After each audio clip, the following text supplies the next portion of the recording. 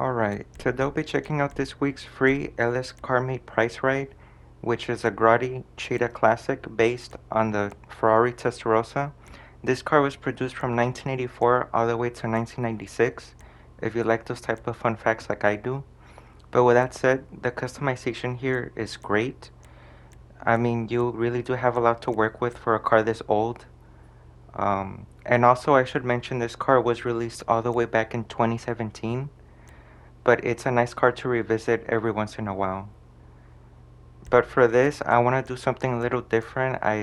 Something a little closer to the Testarossa, specifically the 1990s version of this car, compared to the 1980s. Something a little bit more modern. But as I said, you really do have a lot to work with. And just look at that detail right there. I really love the amount of effort that they put into this car. That's something very rare for some of these cars, because the developers like to reuse parts and they get a little lazy sometimes. But now, since we're in the exhaust options right here, they're pretty okay. I mean, they're nice to work with. It would have been cool if there was a chrome exhaust option, a chrome dual, should I say, but that's okay. Or quad.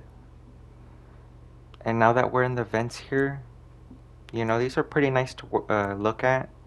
It would have been cool if there was an option that extends a little bit into the door, like the real Testarossa. But I guess I'll make do with what we have here, and that'll be the vented rear. I feel like that's a good compromise. But of course, I gotta, admit this is, you gotta worry about the copyright here, so they cannot make a one-on-one copy. So I guess, we'll work with what we got here, with what we got. And now with the hoods, to be quite honest, I'm not really a fan of these options. It would have been cool if there was just a smooth version. But the retro hood here is similar to another Ferrari model from this time period. But I'll just go with that, it's fine. A lot of people, for the paint here, a lot of people like to do a white, red, those type of colors. But I feel like doing a black here, it also hides some of the, different changes compared to the real life model here. So I guess it makes it look a bit closer since it hides some details. And what's cool about this is that you can really change the interior color if you're into that. But me, I'm just gonna leave it as a darker black, gray color. You also have some nice stripes here. I believe these are, just aftermarket, so they're not really a reference to anything. You do have some nice skirts options here. Personally, I'm kind of torn between the ridged and just a color matched version of the stock one. But you know what? I think I'll just go with the painted version. For the spoilers here, you have a ton to work with.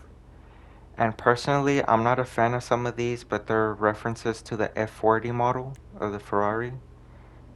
So if you're into that, of course, you can try to replicate an F40, but I suggest to go with the other model, not this one.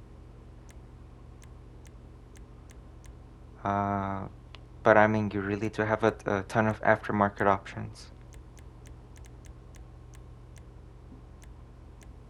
There's only one in particular that I like, and that should be the classic spoiler, even though it's absolutely not a spoiler.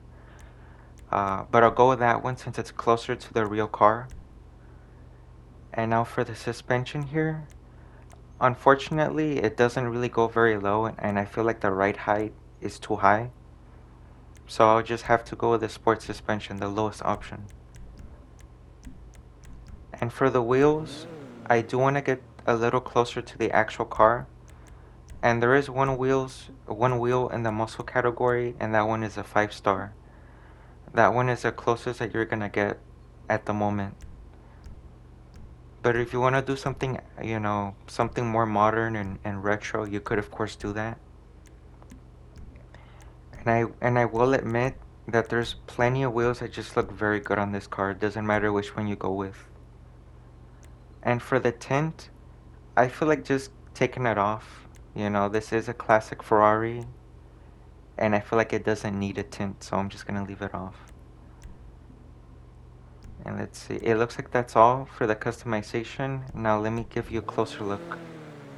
The detail is actually pretty good here.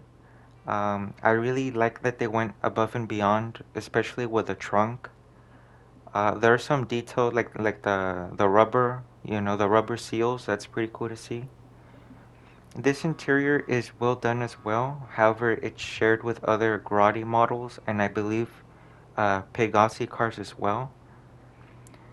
And the engine, I want to go back to that. I mean, it's very well made. I really appreciate the level of effort that they put into it. Something that's very rare to see with Rockstar, unfortunately. But just look at that. I also want to mention that this car was also featured in GTA San Andreas and other GTA titles before that, which is pretty cool to see. So it's been in the game with us for about 20 years. And now for this, the handling. The handling is great. I feel like the speed could be a bit faster. Uh, this car isn't very competitive in the sports classics class, but it's still a good car for free. It's way above adequate as well. As you can see, I'm still going pretty fast, but again, you really don't feel it so much. I don't know how to explain, but it does a good job with handling and all of that, as you're gonna see in a bit around these corners. If you need to do a tight corner in the pinch, this car could do it, and you don't have to worry about spinning out at all. And look, let me show you this. Just look at that, just like butter. I didn't crash, I didn't spin out, it just does a very good job. But anyway guys, that's all I got for today. If you need my help to win this car, please let me know. And that's all. Thanks for watching.